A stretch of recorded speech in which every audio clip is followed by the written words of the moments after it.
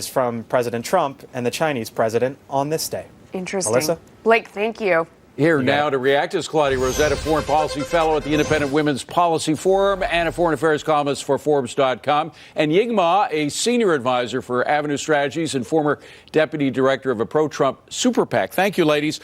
Claudia, first to you. I think the press may be overdoing it a bit and saying that there is a tale of two Trumps, you know, one that he said in China and one that he's saying at the meeting in Vietnam, because when he's on a campaign trail, it's very different. Or when he's shaking hands with a foreign leader in that foreign leader's home country, it's a very different atmosphere than when he's actually negotiating deals, no?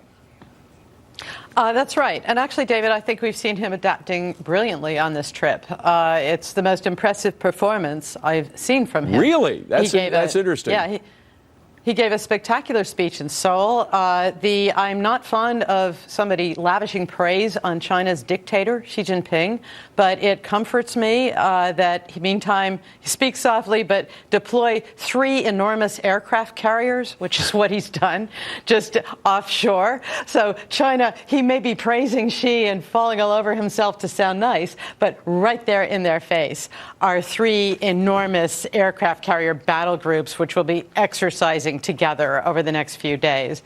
On trade, I think he's actually rather muddled, David. That's where I would be most critical. And it's not the manner of his performance. It's the actual difference between free trade and whatever we're calling economic aggression and so on. That's very confused. Well, Ying Ma, let's talk about whether he's tough enough, because some people said that while he was in China, he didn't focus enough on North Korea, didn't focus enough on the South China Sea islands that they have. He didn't focus enough on being tough on trade, as a lot of his people back home would have wanted. But then you see a different Trump, or at least a different tone in Vietnam. Which do you think is the one that he'll act on?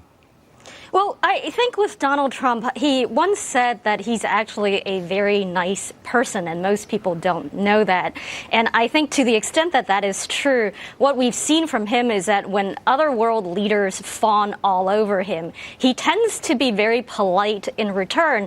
Now, when it comes to the trade issues, I don't think he was ever kidding around when he talked about protecting America's trade interests. Those are issues that he's cared a lot about for decades. And so I think when it comes to issues that involve China and how China in particular has been taking advantage of the United States, whether it's through intellectual property theft, whether it's through the forced transfer of American technology in exchange for market share, and a number of other things, I think those are issues that his administration will continue to take very seriously. The point is, Claudia, that you can be tough on these issues, particularly on property rights, which is an issue that you can really force home without being anti-trade.